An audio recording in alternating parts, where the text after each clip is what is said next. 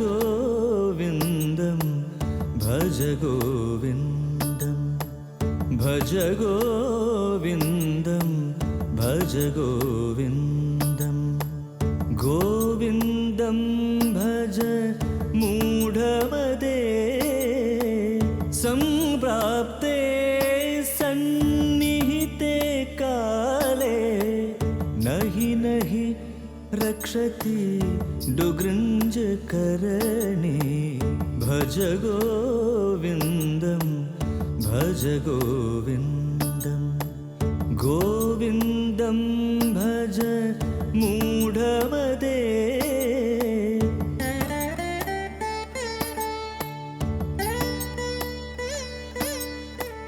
त्वयि मयि चान्यत्रैगो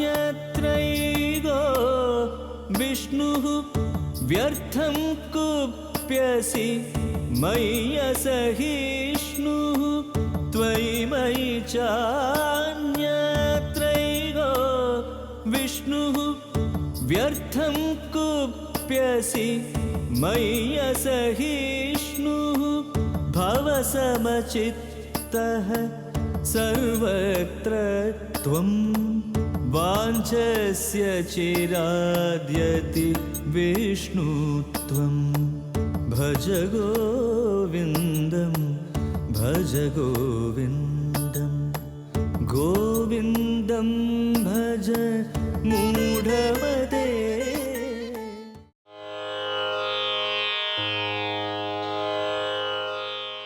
വിഷ്ണു ഒരൊറ്റയാളേ ഉള്ളൂ, പരമാത്മ ഒന്നേ ഉള്ളൂ.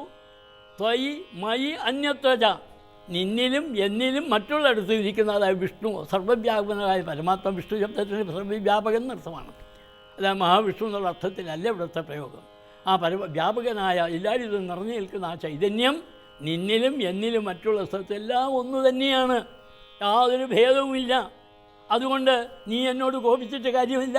നീ കോപിക്കുന്നു പറഞ്ഞാൽ നീ നിന്നോട് തന്നെയാണ് കോപിക്കുന്നത്. അതാണ് വ്യർത്ഥം കുപ്യസി മയി, എന്നിൽ നീ വെറുതെയാണ് കോപിക്കുന്നത്. കോപിച്ചുകൊണ്ട് പ്രയോജനമില്ല.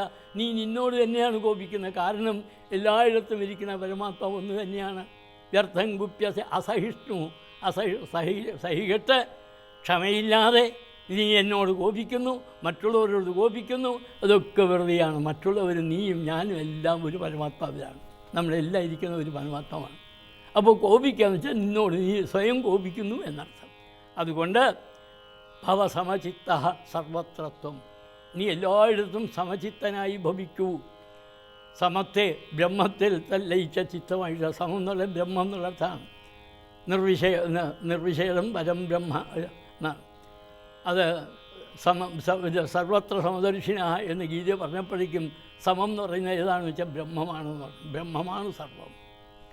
അവിടെ പറഞ്ഞു ശുനിജൈവ സ്വപാകേജ പണ്ഡിതാസമദർശിന, എല്ലായിടത്തും, കാരണം എല്ലാത്തും പരമാത്മ ഒന്നാണ്. അവിടെ എല്ലാം ബ്രഹ്മത്തെയാണ് നാം കാണുന്നത്.